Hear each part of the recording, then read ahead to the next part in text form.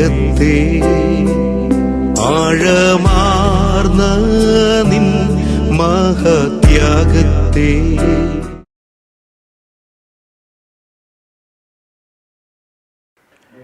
ഈശോമിശിഹായ്ക്കും സ്തുതിയായിരിക്കട്ടെ.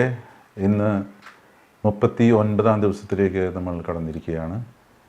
ഇന്ന് നമ്മൾ ധ്യാനിക്കുന്ന വചനം വിശുദ്ധ ലൂക്കായുടെ സുവിശേഷം 18-ാം അധ്യായം 1 മുതൽ 8 വരെയുള്ള തിരുവചനങ്ങൾ. ഭഗ്നാശരാകാതെ എപ്പോഴും പ്രാർത്ഥിക്കണം എന്ന് കാണിക്കാൻ യേശു അവരോട് ഒരു ഉപമ പറഞ്ഞു. ദൈവത്തെ ഭയപ്പെടുകയോ മനുഷ്യരെ മാനിക്കുകയോ ചെയ്യാത്തൊരു ന്യായാധിപൻ ഒരു പട്ടണത്തിൽ ഉണ്ടായിരുന്നു.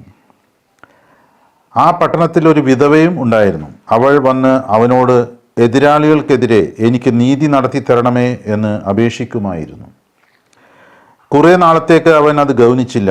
പിന്നീട് അവൻ ഇങ്ങനെ ചിന്തിച്ചു, ഞാൻ ദൈവത്തെ ഭയപ്പെടുകയോ മനുഷ്യരെ മാനിക്കുകയോ ചെയ്യുന്നില്ല. എങ്കിലും ഈ വിധവ എന്നെ ശല്യപ്പെടുത്തുന്നത് കൊണ്ട് ഞാൻ അവൾക്ക് നീതി നടത്തി കൊടുക്കും. അല്ലെങ്കിൽ അവൾ കൂടെ കൂടെ വന്ന് എന്നെ അസഹ്യപ്പെടുത്തും. കർത്താവ് പറഞ്ഞു, നീതിരഹിതനായ ആ ന്യായാധിപൻ പറഞ്ഞതെന്തെന്ന് ശ്രദ്ധിക്കുവിൻ. അങ്ങനെയെങ്കിൽ രാവും പകലും തന്നെ വിളിച്ച് കരയുന്ന തൻ്റെ തിരഞ്ഞെടുക്കപ്പെട്ടവർക്ക് ദൈവം നീതി നടത്തി കൊടുക്കുകയില്ലേ? അവിടുന്ന് അതിന് കാലവിളംബം വരുത്തുമോ? അവർക്ക് വേഗം നീതി നടത്തി കൊടുക്കും എന്ന് ഞാൻ നിങ്ങളോട് പറയുന്നു. എങ്കിലും മനുഷ്യപുത്രൻ വരുമ്പോൾ ഭൂമിയിൽ വിശ്വാസം കണ്ടെത്തുമോ? ഏതൊരു പ്രതികൂല സാഹചര്യത്തിലും നമ്മൾ മുട്ടിപ്പായി പ്രാർത്ഥിച്ചാൽ നമുക്കൊരു ഉത്തരം കിട്ടും എന്നുള്ളൊരു ഉപമയാണ് ഇപ്പോൾ യേശു നമ്മളോട് പറയുന്നത്. ആ വിധവ നിരന്തരം ആ ന്യായാധിപൻ്റെ അടുത്ത് ചെന്നു അദ്ദേഹത്തെ ശല്യപ്പെടുത്തി. അപ്പോൾ ആ ഉത്തരം കിട്ടി. ഇത് ലോകത്ത് നമ്മളെല്ലാവരും ചെയ്യുന്ന ഒരു കാര്യം തന്നെയാണ്. നമുക്കറിയാം, നമ്മുടെ ആധുനിക ട്രെയിനിങ് സെഷനിലെല്ലാം ഇത് തന്നെയാണ് പറയുന്നത്. സ്വപ്നം കാണുക, അതിനുവേണ്ടി പ്രവർത്തിക്കുക, ആഗ്രഹിക്കുക എന്നൊക്കെ പറയാറുണ്ട്. എന്നാൽ ഇവിടെ ഈശോ പറയുന്നത് എന്തെല്ലാം തടസ്സമുണ്ടെങ്കിലും നമ്മൾ സ്വർഗം നേടണം എന്ന് തന്നെയാണ്.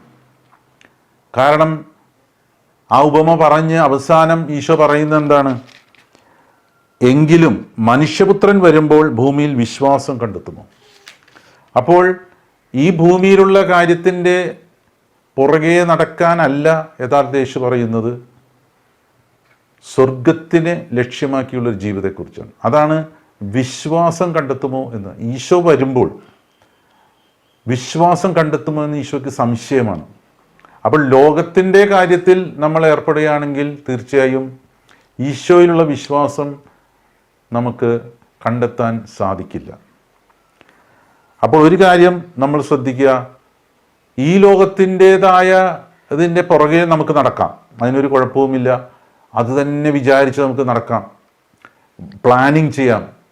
ഇപ്പോൾ നമുക്കറിയാം, എത്രയോ മാതാപിതാക്കൾ തങ്ങളുടെ മക്കൾ എന്ത് പഠിക്കണം, അവരെന്ത് കോഴ്സിന് ചേരണം, അതിനെക്കുറിച്ചൊക്കെ വലിയ പ്ലാനിങ്ങാണ്. അധികം വിദ്യാഭ്യാസമൊന്നും ഇല്ലെങ്കിൽ പോലും മക്കളുടെ കോഴ്സിൻ്റെ പേരൊക്കെ ഇവർക്കറിയാം.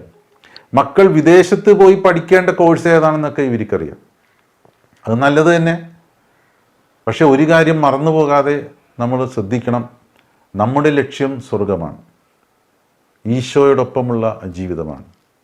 അപ്പോൾ ഈശോയോട് ആണ് നമ്മൾ മുട്ടിപ്പായി പ്രാർത്ഥിക്കേണ്ടത്. ഈശോയെ, ഞങ്ങളെ സ്വർഗരാജ്യത്തിന് യോഗ്യരാക്കണമേ. അങ്ങനെയാണെങ്കിൽ ഈ ഭൂമിയിലുള്ള എല്ലാ കാര്യങ്ങളും ഈശോ നമുക്ക് നടത്തിത്തരും. യോഹന്നാന്റെ സുവിശേഷത്തിൽ 11-ാം അധ്യായം 53-ാം തിരുവചനം, അന്നു മുതൽ അവനെ വധിക്കാൻ അവർ ആലോചിച്ചു കൊണ്ടിരുന്നു. യഹൂദർ ഈശോയെ വധിക്കാൻ ആലോചിച്ചു കൊണ്ടിരുന്നു. എപ്പോഴാണ് ഒരു തക്കം കിട്ടുന്നത് അപ്പോൾ വധിക്കാം. അപ്പോൾ അവരുടെ ഒരു ആലോചനയാണ് നമ്മളവിടെ കാണുന്നത്. എന്നാൽ ഒരു ചോദ്യം ഞാൻ ചോദിക്കാൻ ആഗ്രഹിക്കുന്നു. ഈശോയെ വധിക്കാൻ ഏറ്റവും കൂടുതൽ ആഗ്രഹിച്ച യഹൂദനാരാണ്? നമുക്ക് പല ഉത്തരങ്ങളും വരും, പലരുടെയും പേരുകൾ നമ്മൾ പറയും. പക്ഷെ നമ്മളറിയുക, ഈശോ വധിക്കപ്പെടണമെന്ന് ഏറ്റവും കൂടുതൽ ആഗ്രഹിച്ച വ്യക്തി ഈശോ തന്നെയാണ്, യഹൂദനായ ഈശോ. കാരണം എന്താണ്? നമ്മൾ ഓരോരുത്തരുടെയും പാപങ്ങൾ ഏറ്റെടുത്ത് മരിക്കണമെന്ന് അതിയായ ആഗ്രഹമുള്ള വ്യക്തി, അതിയായ ആഗ്രഹം, ആ ആഗ്രഹം സഫലീകരിച്ചിട്ടേ അടങ്ങും. ആ സിനിമ നമ്മളെല്ലാവരും കണ്ടാണ്, passion of the Christ. Passion, അതിയായ ആഗ്രഹം. ക്രിസ്തുവിൻ്റെ അതിയായ ആഗ്രഹം അതെന്തായിരുന്നു? നമുക്ക് വേണ്ടി മരിക്കണം എന്നായിരുന്നു.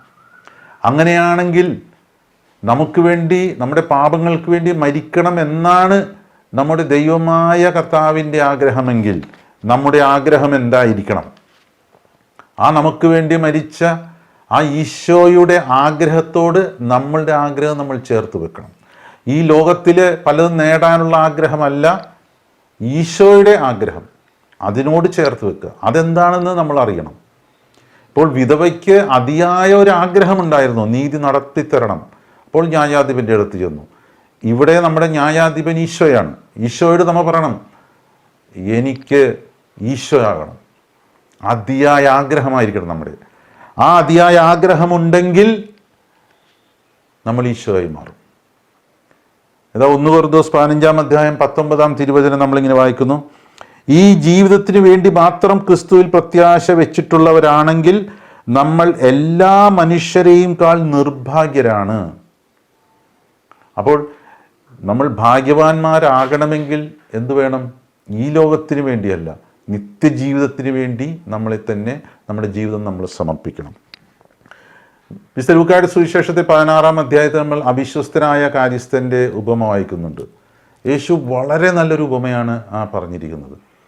എന്താണ് അവിടെ സംഭവിക്കുന്നത്? കാര്യസ്ഥനെ യജമാനൻ പിരിച്ചുവിട്ടു. അപ്പോൾ കാര്യസ്ഥൻ എന്ത് ചെയ്തു? യജമാന് കടപ്പെട്ടവരോട് അവരെയൊക്കെ വിളിച്ച് അവരുടെ കടങ്ങൾ ഇളച്ചു കൊടുത്തു. അപ്പോൾ യഥാർത്ഥത്തിൽ ഇവിടെ എന്താ സംഭവിക്കുന്നത്? ഈ വ്യക്തി തൻ്റെ ഭാവി സുരക്ഷിതമാക്കാൻ വേണ്ടി യജമാനൻ്റെ ചെലവിൽ ഇത് ചെയ്യുകയാണ്. തൻ്റെ ഭാവി സുരക്ഷിതമാക്കാൻ യജമാനൻ്റെ ചെലവിൽ. യജമാനന് പൈസ കൊടുക്കാനുള്ളവർക്കാണ് ഇളവ് ചെയ്തത്. ഇയാളുടെ കയ്യിൽ നിന്നും ഒരു നഷ്ടവും വന്നിട്ടില്ല. അവിശ്വസ്തനായ കാര്യസ്ഥൻ ഭയങ്കര ബുദ്ധിയാണെന്നാണ് യജമാനൻ പറയുന്നത്. എന്താണ് ഇവൻ്റെ ബുദ്ധി? യജമാനൻ്റെ ചെലവിൽ അവനവൻ്റെ ഭാവി സുരക്ഷിതമാക്കി. അപ്പോൾ നമ്മൾ എന്ത് വേണം? നമ്മുടെ യജമാനന് ഈശോയുടെ ചെലവിൽ ഭാവി സുരക്ഷിതമാക്കുക. ഇന്ന് നമുക്കൊരു സമ്പത്തുണ്ട്, നമുക്ക് നമ്മുടെ ഭാവി സുരക്ഷിതമാക്കാൻ പറ്റാത്തത് എന്താണെന്ന് അറിയാമോ? ഈ സമ്പത്ത് നമ്മുടേതാണെന്നുള്ള ചിന്ത.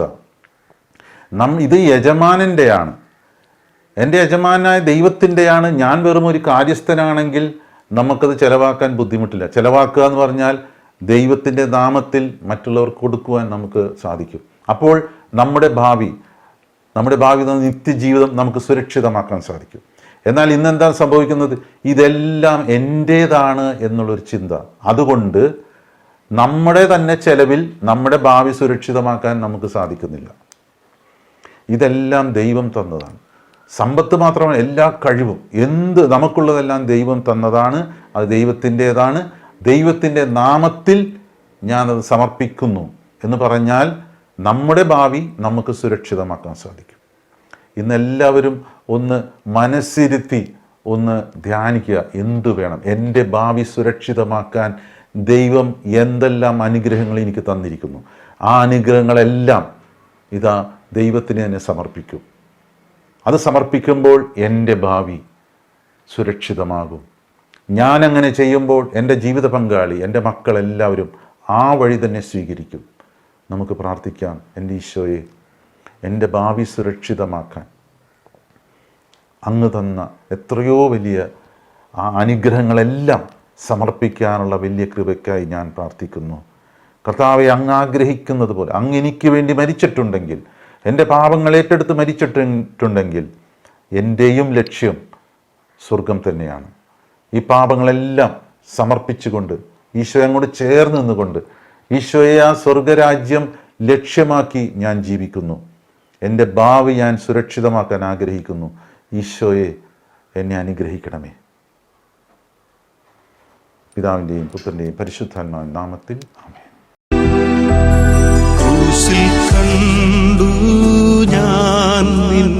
സ്നേഹത്തെ ആഴമാർന്ന നിൻ മഹത്യാഗത്തെ